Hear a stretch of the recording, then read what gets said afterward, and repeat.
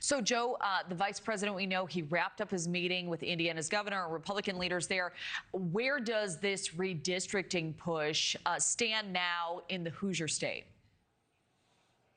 You know, still not exactly clear. Vice President Vance was there in Indiana, so it's pretty clear the White House has their direct hand in these efforts to redistrict these Republican states.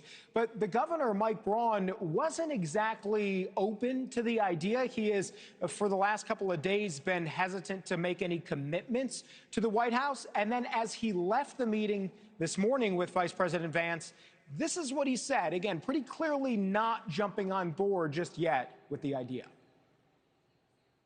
Did you come to any agreement? We listened. About redistricting? We did. Did you tell him yes or no?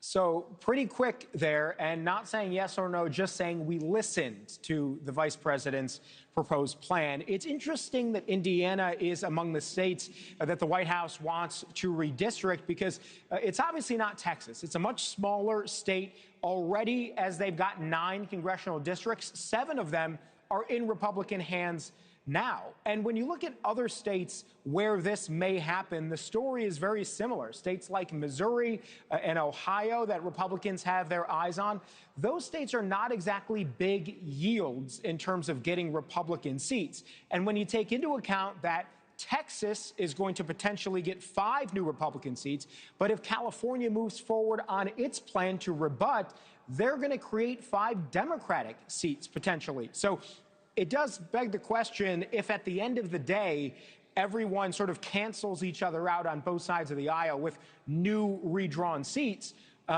This is going to be a lot of money spent on this effort, a lot of time, a lot of political capital, Kelly, and all of that for potentially seeing something that sort of looks the same in terms of balance of power as it does now. Yeah, is the payoff worth the pain? We'll stay tuned on this one. Joe Khalil, live for us on Capitol Hill. Joe, thank you.